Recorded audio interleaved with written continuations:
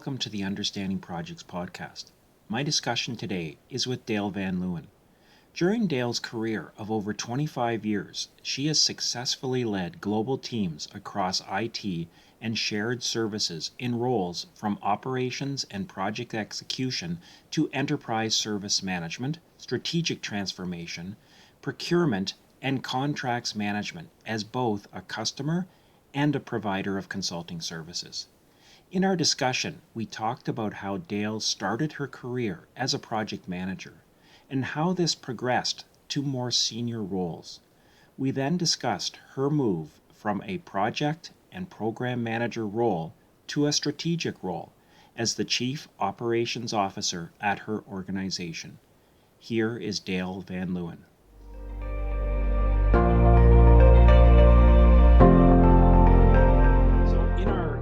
Like when we were talking beforehand, our conversation today was based upon where PMs go as they mature in their role. Like what happens on the second half or at a certain point in their career.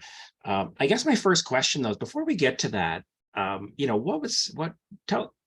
was your origin story? How did you get into project management in the first place?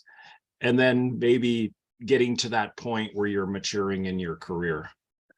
For sure. And my origin story is, I would probably say, similar to a lot of people. I've been in project and program management for over 25 years now. So I was starting pre-2000. And I had spent the early part of my career, my undergraduate degree is actually in environment and resource studies and geography. So I was involved in water and wastewater engineering and environmental enforcement. But like many first jobs out of college or university, pardon me, I found that there just wasn't the career path that I thought there might be for me, primarily because I didn't have an engineering degree at the time. Right. And in the mid 90s, I'll date myself. In the mid 90s, yeah, IT was really starting to become something important, and I started looking at the work that I was doing and setting up scheduling, making sure that various tasks were getting done and starting to work with groups of people. And I thought, I wonder if there's a home for me in information technology. And I was fortunate that a small local consulting company had posted for an IT project manager, and I could take I would say almost the complementary or peripheral work that I was doing, and I was able to apply it, and they gave me a chance. So I came in very much at an entry level, and I was fortunate to be mentored by some fabulous, experienced project managers at the time, and it's been just a tremendous ride since then. Right. So it was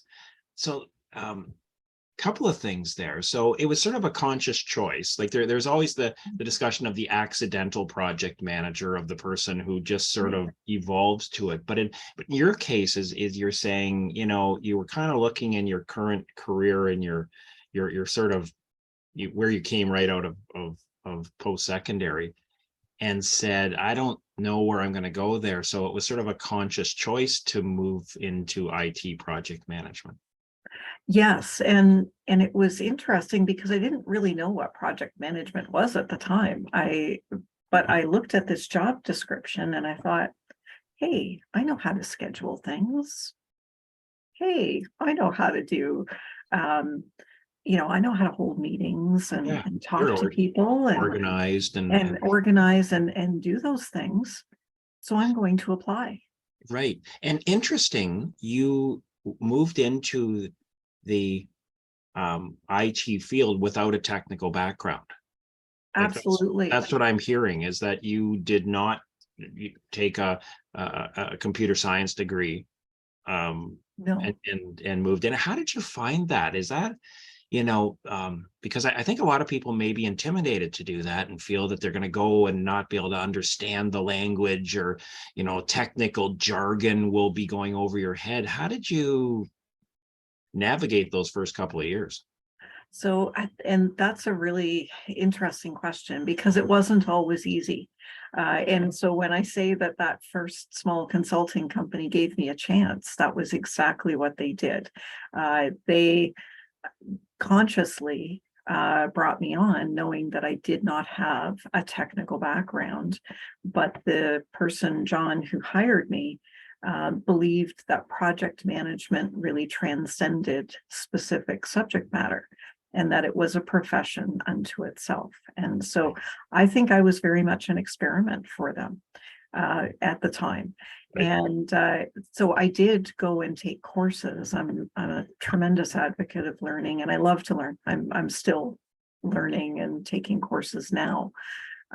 But I learned enough so that I would understand when team members were maybe not being completely truthful with me, because that was one of the things that I really had to watch out for, is people who were super technical. If I was asking them how long something was going to take, or what was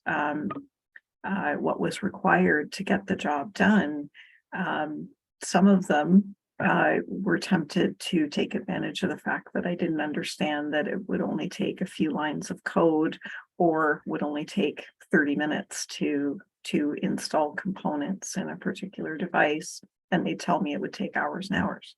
Right. And yeah, so as I moved through, I learned and did additional, I would say, reading. I didn't focus a lot on certifications, but I really focused on honing my craft. Right. And that is one of the great, sort of debates is how much of the subject matter does a PM need to be expert in?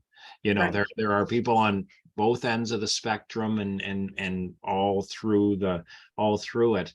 But it's really, and I think, what you're, I think a key skill is to realize as when you take on this role, you're not, even if you start as an expert, over time you'll start to lose it, and you need to rely on those other things that you had to rely on really strongly, which was your communication, asking questions, and learning, and soaking up knowledge.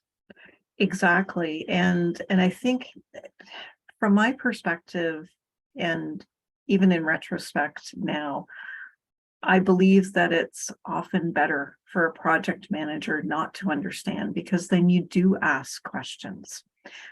Whereas someone who's a subject matter expert might not ask all the questions that are necessary, because they've got that background knowledge and understanding. And so a lot of things go unsaid and unquestioned. Yes. When you're a subject matter expert. And I also, I remember in one situation, I was having a discussion with one of my senior technical resources on a project. And they made a very disrespectful comment to me about the fact that what I was doing as a project manager wasn't valuable because I didn't understand his world. And my response, which holds today, is that I have a set of responsibilities and skills. And if I could do your job, and if I knew what you knew, I wouldn't need you on my project team. Nice. I could just go ahead and do it myself. Interesting. And I was just, as you were talking about that, I was thinking about to work in that way, to be in this role where in this case, the technical project members know more about a certain technical topic. You need confidence. You can't go into that in a sort of apologetic, I'm sorry for not knowing. It's you have to and need to project confidence and say, okay, I'm going to ask some questions here, and I need you to communicate to me in layperson's terms. Like if you start going down the jargon route, we're going to stop. But that really requires confidence and wherewithal to do that. Well, and I would say not even so much confidence, but the understanding that it takes multiple team members to be able to successfully deliver a project. It's really a question of the difference between having a team and having a group of single contributors. I'm a firm believer that you're always going to be more successful when you work together as a team and you complement each other and you understand and respect what other people are bringing to the equation. Right. No, very much agreed. Okay, so let's fast forward a few years and just as before we leave that, just a note that I was almost the other side of the equation of your experience of in or around the same time period, maybe a little bit earlier. I was more of a technical resource. I was that technical person who evolved into a project manager. Right. But quickly realized that, after a few years, my technology knowledge was dating, and that it was becoming outdated. We were moving into different technologies, and I needed to move in and gain those skills and take the approaches that you needed to do right away. So it awaits us all if we move into a PM role. But exactly. But let's fast forward. Let's say you sort of mid career, let's say, or maybe at the 1/3 point or so on. What were you doing then? Like moving into like project manager roles, program management? Like was that sort of your experience at that point? So I've had, I'll call it a really eclectic career, and I've had a lot of diverse opportunities. And I think that a lot of where I have evolved to, which we'll get to over time, is a result of saying yes to a lot of different things. My experience midway through my career was actually in the technical IT realm. I took on a role as an operations director for a large insurance company. And so my supervisor and mentor recognized the transferable skills from project management, recognized the fact that my ability to collaborate, communicate, and get people on board towards a strategic vision was going to be really useful in this large geographically distributed team. And so I was given the opportunity to lead a large operations division that looked after endpoint computing for the entire organization. And that was probably one of the most pivotal and important experiences at that stage in my career, because I was able to start taking some of those skills and some of those capabilities that I had learned through projects and applying them to different parts of a business. Right. Yeah. Right. And yeah. Yeah, no, I interestingly, we when I talk to students, new sort of about to be graduates, of like, how do you get into project management, and I often just say, there are various times when you just need to put your hand up and say yes, and so that happens through, like you said, at various points in your career, you're open to opportunities that may present themselves. And we had a little conversation before, just as we were getting ready for today's discussion, and we just talked about that of in your career, you often it sort of meanders almost in ways that you can't predict, and they really, it is a result of when something comes in front of you, if you're open to it, to say, yeah, I'll try that, Mhm. and that increases your set of skills, which is, Yes. what makes you this package of various skills and experiences, which increases your value. So interesting that you had those timeframes in your career when you did that, and that it benefited you.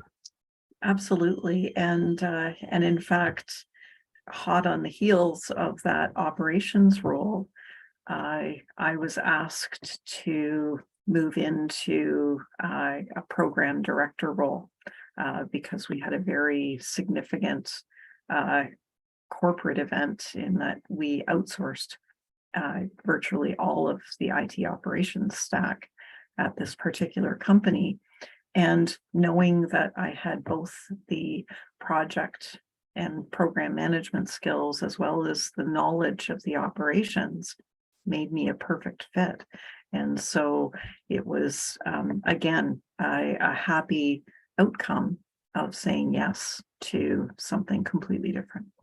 Yeah, that's the interesting part, and I can relate to a time in my career where I was on a, you know project management sort of track within the technical area, and then an opportunity came to manage a department in our line of business in the organization Mhm. I was in. And again, it was one where I took the opportunity, and gained all kinds of experience that I still look back on today, of managing a department, of having budgets, of um, personnel and conflict issues that were occurring that Mhm. I would not have been exposed to had I stayed in my kind of comfort zone of my original, sort of IT project manager role that I was in.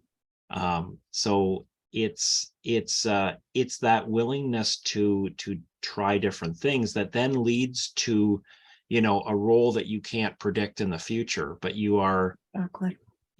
through your actions enabling sometime in the future. So Yeah, that is exactly right. And I find I have a number of project and program managers who are close friends, and I find that our journeys are all very similar in that way. And you mentioned the whole idea of conflict resolution, managing budgets, that sort of those sorts of skills. And I would say that as our profession has evolved and as both of our careers have evolved, those types of skills have become ever more important. I'm finding that whereas you were very much out of control, like you were given a budget, but you weren't asked to manage it. You just had this kind of stop line or this mhm, finish line. And if you were going to go over that, then there was going to be a lot of wailing and gnashing of teeth. And but you didn't really have any accountability or responsibility or authority over that budget and how it was going to be spent. And I think that that's really evolving, and many companies are starting to look for what I will call business savvy right, project managers who can manage finances and who can juggle uh, the resourcing and juggle the schedule and be able to uh, be adaptive in their approach to spending that envelope of money right, to produce value for the organization. right. Very agreed. Very agreed. So, okay, so let's now move here and really to the theme of our, one of the things that we wanted to definitely talk about is, okay, where do PMs go as they, maybe they've reached that point where they're a senior project manager, program manager, perhaps. Um, and where do they or can they go from there, like perhaps moving into more of a strategic senior role or something like that? Like what's that sort of progression, or how do you see that working? Yeah, and I think that there's a multitude of paths. Again, it goes back to that whole idea of what's interesting and meaningful to you, and what do you want to try next? But if we were to really divide it up into two big categories or buckets, I would say that there's a project and a strategic program path where you're interacting far more with lines of business. And that's where I think people will almost get into that product management role. So, okay, I'm working for an insurance company, and we have this new online product, a quote buy product. And a project manager or a program manager has built those skills so that they can say, this is where I think this can go. And you can get a group of people behind you and start moving towards the development of something net new, and guiding that process on behalf of your company and positively impacting the bottom line, which is a tremendous role to be in, being able to bring both revenue and value to your business in that still more technical and project program type of way. The other path, which is the one that I have followed, is more down the strategic business operations path. So where is our company going? Where do we see the opportunities?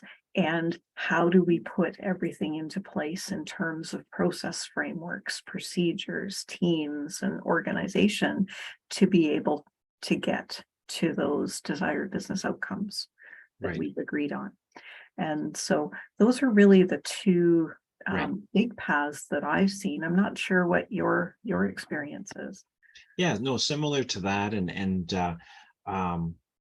I just want to, the second path, I just wanted to ask a few questions about that. So you are in effect moving more out of directly managing programs, more into the strategy. Would that be accompanied by would you typically become a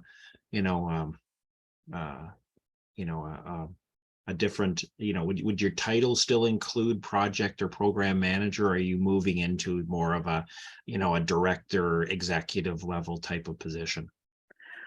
So I have moved more into that director and executive role. So in the past number of years, I've become a management consultant. I've been a practice capability leader, and I've recently taken on a chief operations officer role for a small consulting company. Right. How does that, how did you find, or how would you find, certainly those are roles that are there is competition within organizations. Those are sought after roles. They're senior, sure.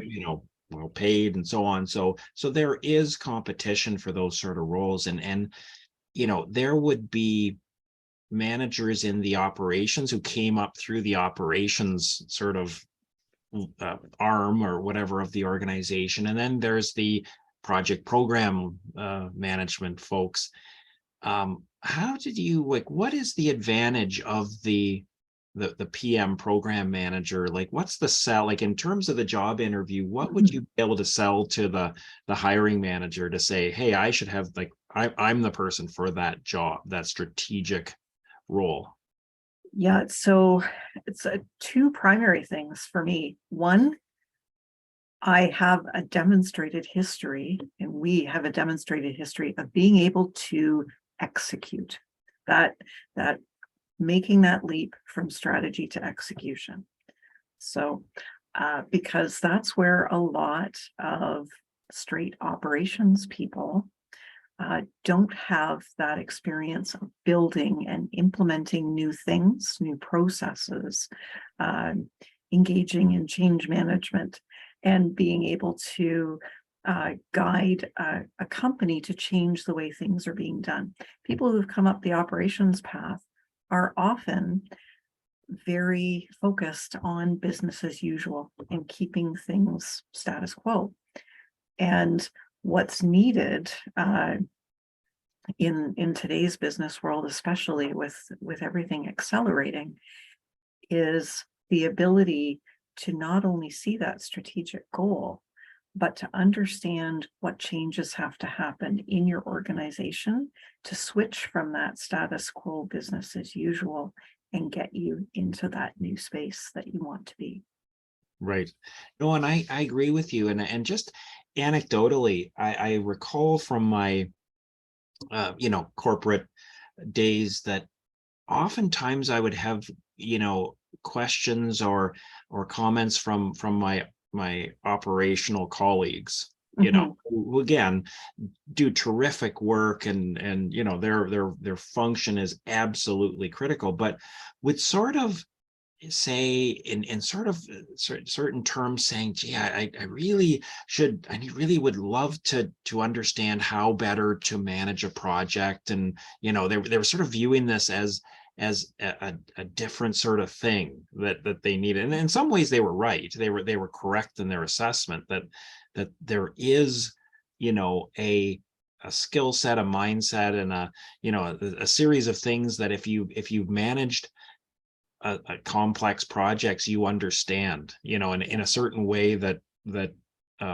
you wouldn't necessarily understand if you hadn't done it. So, but that always struck me as they were kind of even, and I would look at it and say, well, we do a lot of the same things. Like you have to plan, we have to plan, you have Yeah. to resource, we have to resource, so Yeah. I was kind of looking at it and saying, geez, like but there really, I mean, it might have been that I was in some ways underestimating. It was just something that was natural, when you're doing, Yes. you just feel like it's like, it's like great sports players who can't really explain why they're able to kick a soccer ball or handle a hockey puck the way they do, because they just do, That's right. so it's a definite skill set. And that really is the the sell or the value add, bringing to the strategic role that if you were looking to do that, that's the kind of thing you would bring out. How do you, I guess the question is, when you're in this role, do you enjoy it? Or do you look back at your old PM days and say, yeah, long for the simplicity of the past? How do you feel about that? So I would say it depends on the day. There is not a single day where I loved leading projects every single day. There's not a situation where every single day I love being in an operational and strategic role. I think that uh, there's always a drive within me to combine them, if you will, because I like to take the best of what I have available and what I enjoy most, because that project and program management piece, I love that that celebration time. Yes, we did it. Whereas in operations, it's a much longer time frame before you can look back and say, yes, we got here. It's a 2, a 3, a 5-year strategic plan to transform a business. And so taking a page out of that project book, it's important to be able to celebrate the smaller milestones, right? So Yes. along the way. Yeah, no, I know exactly what you mean. And I was just, it's funny, as you were saying the word milestone, that was the word that was coming up in my mind too, of that, yeah, one of the things that I know attracted me to uh, uh, projects in general was exactly that, the start and finish, the celebrate, the achievement of a definable goal. And it's Yeah. very pragmatic in that part, that you can say, okay, this is what we're defining to do in our project charter. And then 6 months later, or whatever the time frame is, this is what we did. It's like a, it's like, again, to use the sports analogy, it's the game. Right. It's there's a scoreboard, and you Yes. quote win or you don't, you achieve it or you don't. And so it's very you know uh obvious in that regard, versus the continuous process of operations. It's a little Yes. harder to see. It's a little more, every day things are happening, and yes, we're making improvements, but it's sometimes there's just so much fog going on, you Hmm. be harder to realize it. And that's where I guess, to paraphrase, that's where you have to consciously do it. You have to Yes. find ways to celebrate and to mark occasions and so on. Exactly. And I think that that's again one of those great combination um, activities. So in my role today, I make sure that I set milestones, because otherwise people they get tired, they lose their enthusiasm and their motivation to keep working towards the goals that we're trying to achieve together. And Right. so it's important to recognize, and that's a great lesson from project and program management, is being able to pump up your team and keep them engaged, Right. because they're just as important, if not more so, than your stakeholders sometimes, is keeping them engaged and enthusiastic. Yeah, I agree. I've often, during large projects, um there is this part in the middle where project teams can get down. Yeah. I would refer to it as the valley of despair, Yes. where the team could, the finish line was too far away. There were too many problems coming in. We were in the middle of development or execution, and the problems were outnumbering the successes. And there was this morale issue that, the leader or the project manager, the program manager leader needs to address. And yeah, bringing those learnings over, I think is key. I mean, I think it's human nature sometimes that if we have 10 things going on and 8 of them are going well and 2 of them are not going well, there's a human nature to focus on the 2 and to say Exactly. nothing's going right here, and at that milestone to say, Yep. well, we've done these 8. Yes, we have 2 challenges, but we did the 8. And Exactly. that's a key learning as well. Yeah, for sure, for sure. And the same with the business. And what I find in an operations and strategic role is that there are so many things outside of your control, and even outside of your business's control. So the economy, um, customer budgets, timelines, those are, and so that takes the project experience and multiplies it exponentially. Right. So that level of uncertainty, and so it is really important to continue focusing on what you can control. Right. Right. So where to from here? Like, so is there, do you see this as you know, the final act of the career play? Like, is this the final act, or do you think is there a return to projects, or just something else? Well, and there are a lot of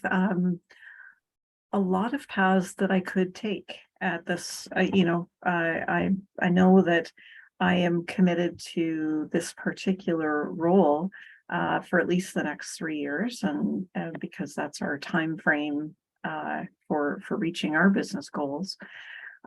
However, um, I'm not going to be ready to pack it all in and retire at that point.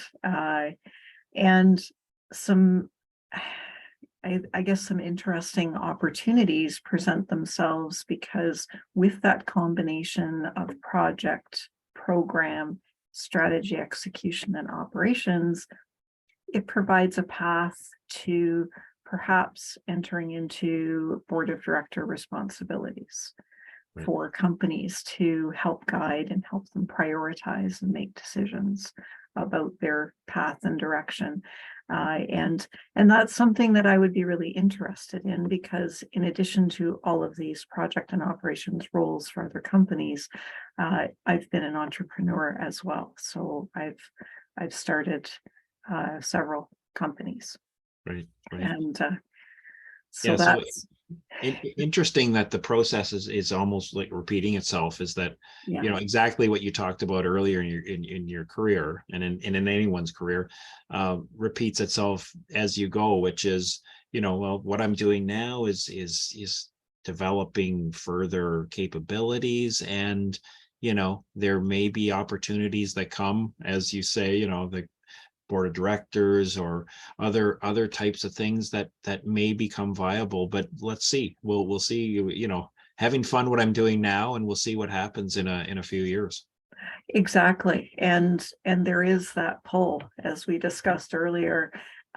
There is a pull that once I've accomplished and worked with my team, so that we can all accomplish these goals that we've set for ourselves as an organization, that it would maybe be really nice to just go back to the simplicity of managing projects and Yeah. doing some part-time work there. Yeah. No, it's that's the positive way of looking at it. Mhm. um if for someone listening or watching this, is it a necessary progression that we're talking about, or is it, okay to say, what, I'm going to be a project manager and I'm good doing that. I don't You I don't bet. want to go into that strategic boardroom. I don't know what happens in there, but I don't want to go in that door. Do you Oh see my that? gosh, yes, absolutely. And it's all about really designing a career that's meaningful for you and that you enjoy.